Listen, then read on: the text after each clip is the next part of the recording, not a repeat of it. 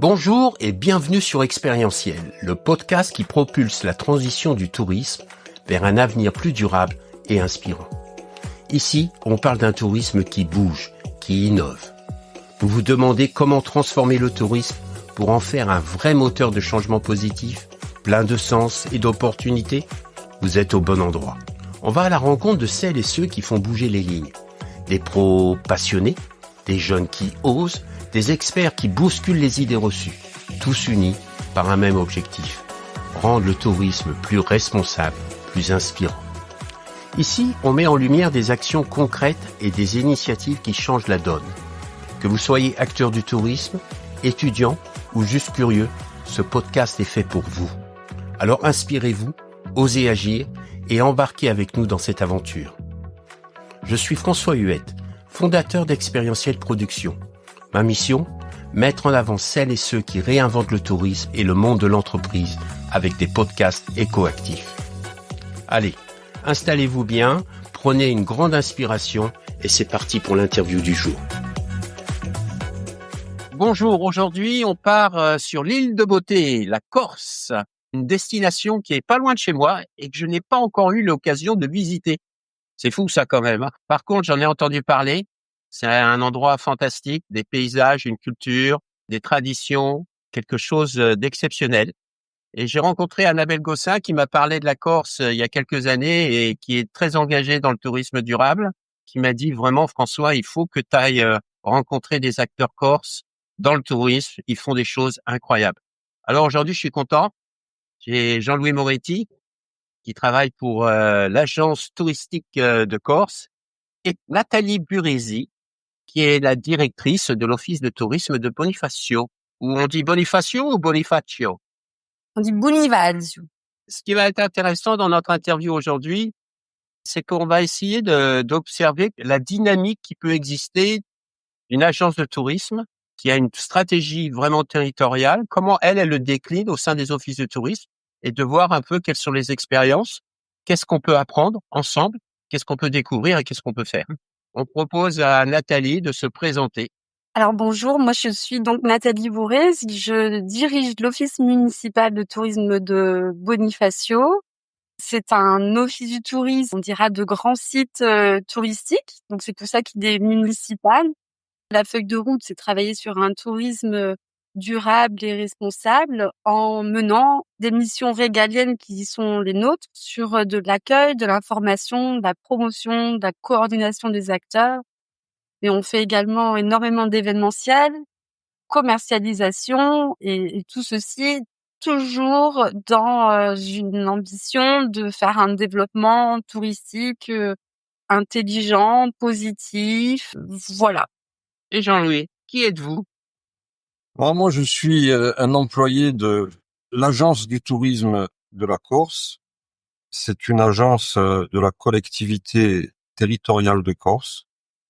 Elle est issue d'un statut particulier, qui est le statut politique de la Corse. C'est-à-dire, il n'y a pas de comparaison possible avec les régions françaises, hein. C'est un statut à part et des compétences à part. Pour faire simple, nous exerçons la totalité de la compétence en matière de tourisme. C'est-à-dire qu'il n'y a plus la présence de l'État dans ce domaine. Actuellement en Corse, il est régulièrement en question de l'évolution vers une nouvelle forme de décentralisation qui est le statut d'autonomie. Mais au niveau du tourisme, ça ne changera pas grand-chose parce que, comme je viens de vous le dire, l'entièreté de la compétence nous est dévolue et nous l'exerçons donc entièrement en la partageant avec les offices de tourisme de Corse, qui sont nos points d'appui pour le développement local sur les territoires. Parce que j'ai évoqué le statut de la Corse, celui de la collectivité territoriale, mais la Corse, c'est surtout une collectivité de territoires. Et c'est avec ces territoires que l'agence du tourisme essaye de mettre en œuvre une politique publique. Quelle est exactement la vision globale sur la question du tourisme durable pour la Corse? Alors, tout à l'heure, vous évoquiez votre lieu de résidence, hein, vous êtes dans le Var. La distance la plus courte entre la Corse et le continent français, c'est celle qui relie Calvi à Porquerolles, 180 kilomètres. Mais ce qui est peut-être moins connu, c'est que la distance la plus courte avec le continent en général, c'est le continent italien, 80 kilomètres, donc 100 de moins, entre Bastia et Livourne. C'est pour situer géographiquement la Corse, ce qui a l'air évident mais qui ne l'est pas, il y a qu'à voir les cartes dans la météo. La Corse n'est pas sous le Var, elle est sous Gênes. Et en tout cas, elle est au cœur d'un bassin qui est le bassin nord-ouest de la Méditerranée, qui est le premier bassin touristique mondial historique et toujours en termes de concentration de la fréquentation entre Espagne, France et Italie. Ça, c'est la position de la Corse. Et puis, bon, j'ai évoqué la distance maritime, mais la distance en temps de déplacement aérien, c'est 1h30 à 2 heures des grandes capitales de l'Europe. Donc la Corse, c'est un territoire insulaire qui est une destination de proximité pour les Européens. Et par rapport à ça, par rapport à cet enjeu, par rapport aussi à cette pression, puisque on est à une époque, des années 2000, 2020, a fortiori, qui se traduisent de plus en plus par des phénomènes de pression touristique sur les territoires attractifs. Par rapport à ça, la Corse s'est dotée au bout d'un très long cheminement qui a duré plus de 50 ans, que ce soit avant la décentralisation, avant les lois de fer, et après, elle s'est dotée enfin d'un plan d'aménagement et de développement durable de la Corse en général, mais qui se décline évidemment pour le tourisme, puisque il y a un volet tourisme de ce plan d'aménagement et de développement durable. Et nous sommes l'agence en charge de sa mise en œuvre. Et je reviens à ce que je disais, cette mise en œuvre, on l'imagine par des actions, et ces actions, on les partage, et on essaye de les mettre en œuvre, et on réussit, quand il s'agit d'offices comme Bonifacio, à faire avec nos territoires. Donc, quelle est la stratégie pour la destination aujourd'hui? Est-ce que c'est juste sur les tensions ou c'est beaucoup plus large? Il y a beaucoup plus de points sur lesquels vous souhaitez agir? Je reviens à ce plan d'aménagement et de développement durable de la Corse, le PADUC. C'est l'acronyme qu'on utilise. Le PADUC pour le tourisme, et vous allez voir, c'est très court, mais en même temps, ça peut amener à réfléchir longuement. Le PADUC pour le tourisme, il dit un tourisme durable, fondé sur l'identité, largement réparti sur l'année et sur les territoires. Alors durable, c'est pas très original, tout le monde essaye. Fondé sur l'identité, ça l'est déjà un peu plus, sachant que l'identité, c'est pas seulement une affaire d'orgueil, mais c'est aussi une affaire de marketing, puisque c'est ce qui crée un élément d'attractivité et de différenciation par rapport à nos concurrents. Nous en avons, hein. La Sardaigne, la plus proche, la Sicile, la Croatie, etc., pour la Méditerranée proche. Donc, durabilité, identité et meilleure répartition spatio-temporelle des flux pour essayer de résoudre les questions de pression. Alors, vous avez aussi un autre objectif, c'est que dans la continuité de cette stratégie, vous avez mis en marche une dynamique de devenir Green Destination. Qu'est-ce que Green Destination? C'est un label. Alors, on s'est intéressé à ce label qui est un label international qui se concrétise par la validation de critères, hein, comme tous les labels. Il y en a beaucoup sur Green Destinations, puisqu'il y en a 132. Et on s'y est intéressé suite à une première expérience, alors là, largement partagée, Nathalie pourra l'évoquer certainement. Première expérience, c'était celle de l'écolabel européen. L'écolabel européen, c'est l'échelle micro, puisqu'elle s'adresse aux entreprises, les hôtels, hein, mais l'hébergement en général. Beaucoup d'hôtels s'y sont intéressés en peu de temps, puisqu'on est passé de rien à deuxième région française. On était dernier, hein. On est passé à la deuxième région et on sera bientôt premier.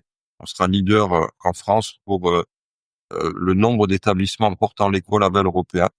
Donc l'écolabel européen, c'est un peu moins de critères, un peu plus d'une soixantaine, qui sont exigeants en matière de consommation d'eau, d'électricité, de gestion des déchets, de mise en place des circuits courts. Donc voilà, ça c'est une expérience à l'échelle des entreprises, et échelle micro. Et Green Destination, c'est l'échelle macro. l'échelle de la destination. Parmi les plus de 130 critères de Green Destination, il y a par exemple comment la Corse est organisée pour gérer ses déchets. Ça, c'est une vaste question. Est-ce qu'il y a un plan? Est-ce que ce plan est assorti de budget? Comment sont-ils mis en œuvre, etc., etc. Toute cette vision globale que vous avez du territoire de la Corse, évidemment, ça implique de différentes parties prenantes. Comment vous mettez ça en musique? Ça doit pas être facile, non? Alors, oui et non, parce que je vous le disais tout à l'heure, nous exerçons l'entièreté de la compétence tourisme. Donc, déjà, quand une compétence est pas morcelée, c'est plus simple.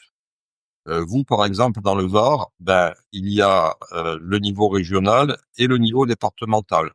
Et à chaque fois, il y a une strate touristique. Donc, il faut les accorder. C'est pas impossible, mais c'est plus compliqué. Chez nous, ça n'existe pas. Il n'y a que la collectivité de Corse et ses territoires, encore une fois. Donc, lorsque nous voulons mettre en œuvre la politique publique, on s'adresse directement au territoire, à Nathalie, par exemple. Et c'est un bon exemple, puisque, par exemple, en matière de diffusion de l'écolabel européen, euh, le territoire de Bonifacio est un territoire leader. Eh ben, Nathalie, comment une stratégie comme elle a été développée par l'ATC, vous la déclinez sur le terrain? Alors d'abord, il faut aussi une volonté politique locale, une prise de conscience des élus. Une fois que on a un feu vert, je dirais politique, et ben on se donne les moyens pour y arriver. Mais j'insiste sur le fait que il y a bien évidemment la politique régionale, mais aussi la politique locale qui nous permet d'avoir des moyens. Ensuite, on travaille avec des professionnels, on dira engagés. On l'a fait sur l'écolabel, on l'a fait sur aussi un projet pour améliorer le circuit court, c'est-à-dire qu'on va travailler avec des prestataires touristiques qui vont partager les mêmes valeurs. Voilà, qui sont un peu les pionniers.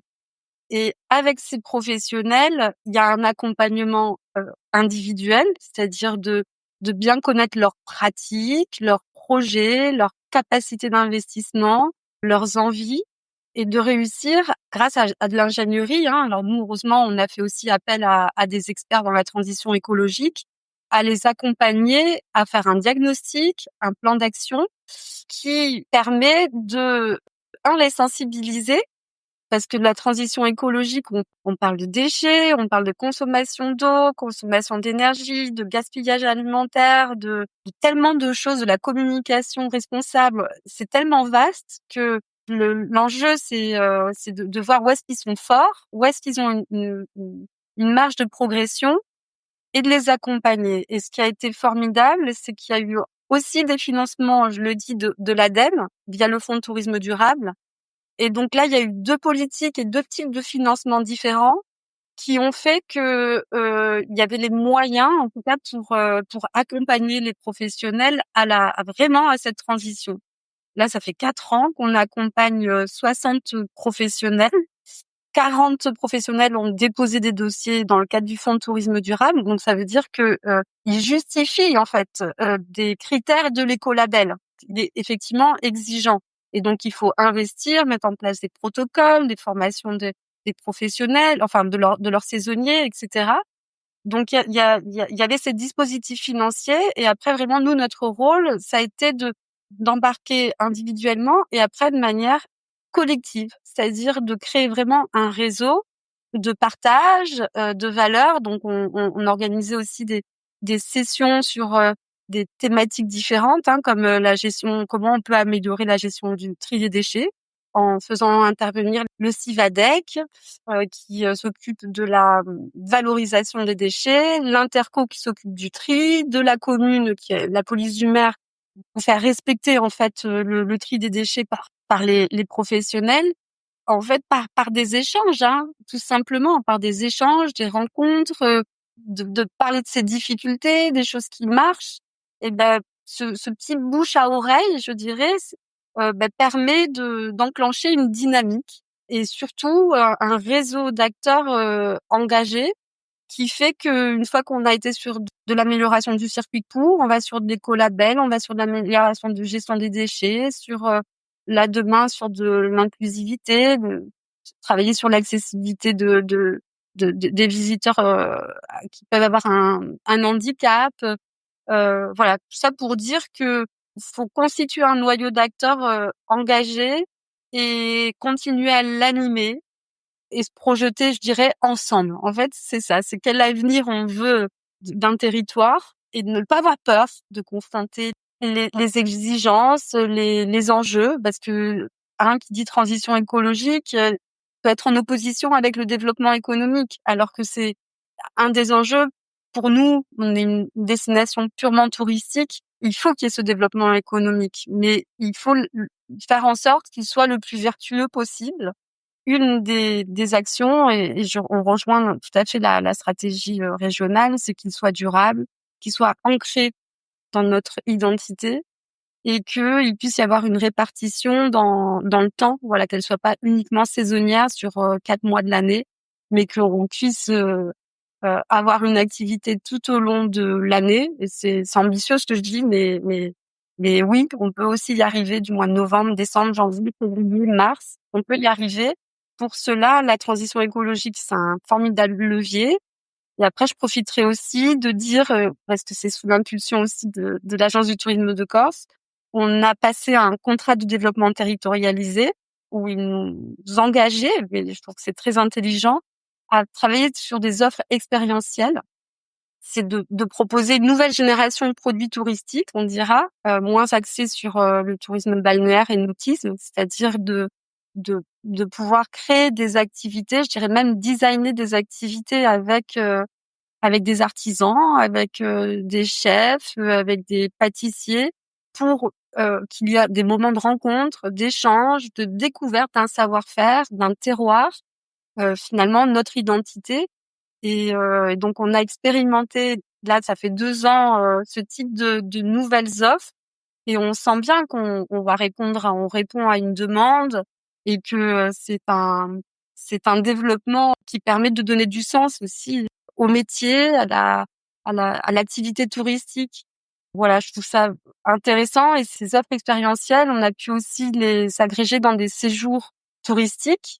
Et donc, je dirais qu'on a créé des nouveaux produits d'appel qui se veulent plus respectueux de l'environnement, de la population locale. Et c'est vrai que c'est vertueux. On voit très bien que c'est le chemin qu'il faut prendre, je dirais. Nathalie, vous avez parlé du mot sens. Développer un sens commun avec des personnes qui ont des besoins différents, des intentions différentes, des compréhensions différentes aussi. Comment vous facilitez cette coopération et ce dialogue entre les différents acteurs, pas seulement professionnels, parce qu'il y a aussi des habitants, et puis il y a aussi des visiteurs. Donc, comment vous mettez ça en musique? Il y a un projet qui permet ceci, c'est le projet Grand Site de France. Projet, donc la commune s'inscrit dans ce label qui a comme axe prioritaire de travailler sur la préservation des paysages, d'améliorer la qualité d'accueil, tout en garantissant un cadre de vie pour les habitants qui soit harmonieux. Ce sont des démarches qui sont très longues. C'est de la concertation. Rien que de faire le diagnostic et le plan d'action, je pense la commune et ses partenaires ont travaillé pendant plusieurs années. Et une fois qu'on définit les enjeux et un plan d'action commun, c'est plus facile de le mettre en place s'il y a eu cette concertation. Et c'est vrai que à l'échelle de Bonifacio, qui reste quand même un village international, mondial, qui a une grande renommée, mais on reste une commune de 3000 habitants. Donc la discussion est quand même tout à fait possible. Voilà, les habitants se rencontrent tous les jours, les professionnels également. Donc on est à une échelle où la proximité fait que il y a de la discussion, il y a de l'échange, et ça permet aussi aux élus de prendre en compte le ressenti en fait de la population locale, et de toujours réajuster, toujours bien sûr de donner un cap, parce qu'il y a une responsabilité, je dirais, publique. Je pense vraiment que cette échelle de proximité municipale permet de la proximité, de l'échange et de la confiance en fait, et donc de partager l'avenir. Jean-Louis, vous avez à travers votre activité une vision globale. Là, on voit que Nathalie propose vraiment une vision locale. Il y a des retours d'informations. Est-ce que ça vous permet d'affiner cette stratégie que vous avez mis en place par moment? Est-ce qu'il y a des retours d'expérience? Je vais vous répondre sur le plan de la théorie et de la pratique.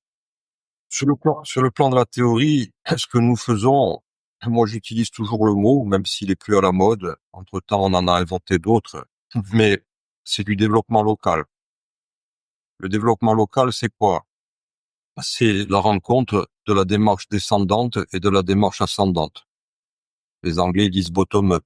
C'est la seule façon de fonctionner, c'est quand les deux se rencontrent. Si elles se rencontrent pas, ben voilà, il se passe rien. Donc, pour qu'elles se rencontrent en pratique, après la théorie, Nathalie l'a évoqué, c'est vrai que j'ai oublié d'en parler, mais j'ai quand même dit tout à l'heure que on essaye de faire descendre la politique publique sur les territoires. C'est vrai qu'il faut des outils concrets. Et donc, on a imaginé des contrats. On contractualise avec les territoires, entre l'agence du tourisme et l'office de tourisme de Bonifacio, par exemple. Il y a un contrat de territoire. Et dans ce contrat de territoire, on va trouver différents chapitres, différents volets, qui sont tous relatifs à la stratégie régionale. Et donc, ça c'est le processus descendant et ascendant. Il est formalisé à travers ce contrat qui donne lieu à des échanges évidemment réguliers et à des ajustements parce que ben voilà, il faut s'adapter. Vous savez, il y a un proverbe corse qui dit c'est in viaggio s'acconcia Roma. Je vais traduire, ça veut dire c'est en cheminant qu'on arrange le chargement. C'est du temps où il y avait des muletiers. Les bêtes en cheminant, elles bougent et la charge bouge avec elles. Donc il fallait l'assurer au cours du voyage. Ben c'est la même chose.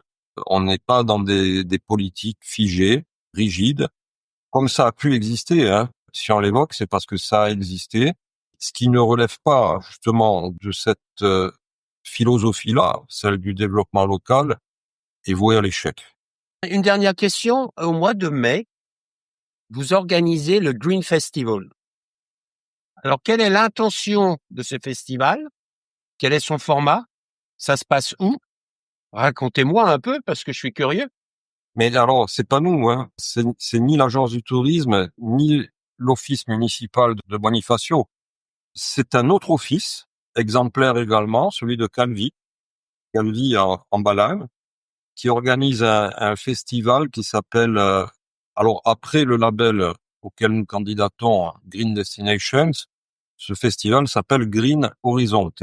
Voilà, l'horizon vert. L'office de Calvi a souhaité être le lieu de synthèse tous les ans ou tous les 2 ans. Il réfléchit au fait que ce soit biennal ou annuel, ils verront. Mais pour être le lieu de synthèse tous les ans ou tous les 2 ans de ce qui se fait en matière de transition écologique du tourisme en Corse.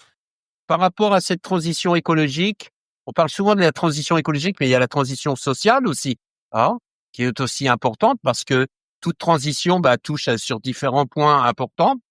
Vous voyez la destination Corse d'ici 5 ans où? Le leader du tourisme durable en France ou un des leaders? Si vous vous adressez à l'agence du tourisme en tant que manager de la destination, puisque c'est comme ça qu'on dit en bon français, leader, c'est toujours quand même un peu présomptueux, mais avec oui une ambition de leadership. Après, on verra. C'est pour ça qu'on fait ces tentatives qui sont pas que des tentatives sur des objectifs d'accroître le nombre d'éco-labellisés, sur des objectifs de labelliser la destination. Effectivement, c'est parce qu'on est convaincu, pour faire simple, que la Corse peut avoir, oui, une position parmi les leaders du tourisme durable en Méditerranée. On pourrait même dire, au lieu de leader, un exemple à suivre. Oui, l'exemplarité, tout à l'heure, vous interrogiez Nathalie sur la relation aux acteurs. L'exemplarité, c'est comme dans l'éducation en général, hein, puisque là, c'est de l'éducation à l'environnement, au développement durable. Ça passe forcément par l'exemplarité. Et puis, encore, si on a un défaut qui peut être transformé en qualité, Nathalie évoquait le petit nombre. On est peu nombreux sur nos territoires, dans nos villages. Et le petit nombre, c'est universel, hein, c'est pas que la Corse, fait que chacun regarde l'autre. Pour le pire et le meilleur. Donc, à nous de faire en sorte que ce soit pour le meilleur.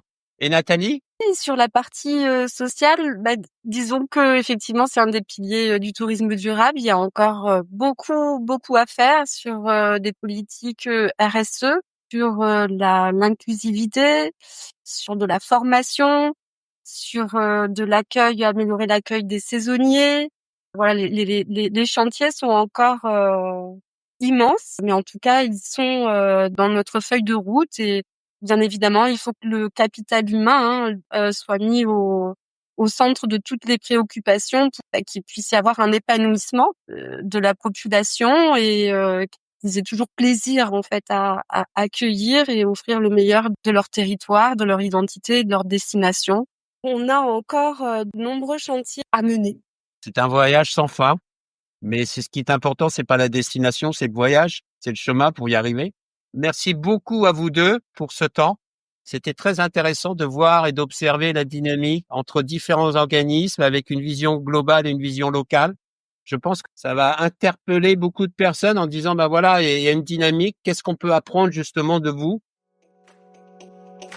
Et voilà, c'est déjà la fin de cet épisode expérientiel. On espère qu'il vous a donné envie d'agir, de réfléchir ou simplement de voir le tourisme autrement. Si ça vous a plu, partagez-le autour de vous, parlez-en ou laissez-nous un petit commentaire ou des étoiles. Ça compte beaucoup pour nous. On se retrouve très vite pour de nouvelles rencontres avec celles et ceux qui bougent les lignes et font du tourisme une vraie force positive. Merci de nous avoir écoutés, prenez soin de vous et surtout, restez inspirés.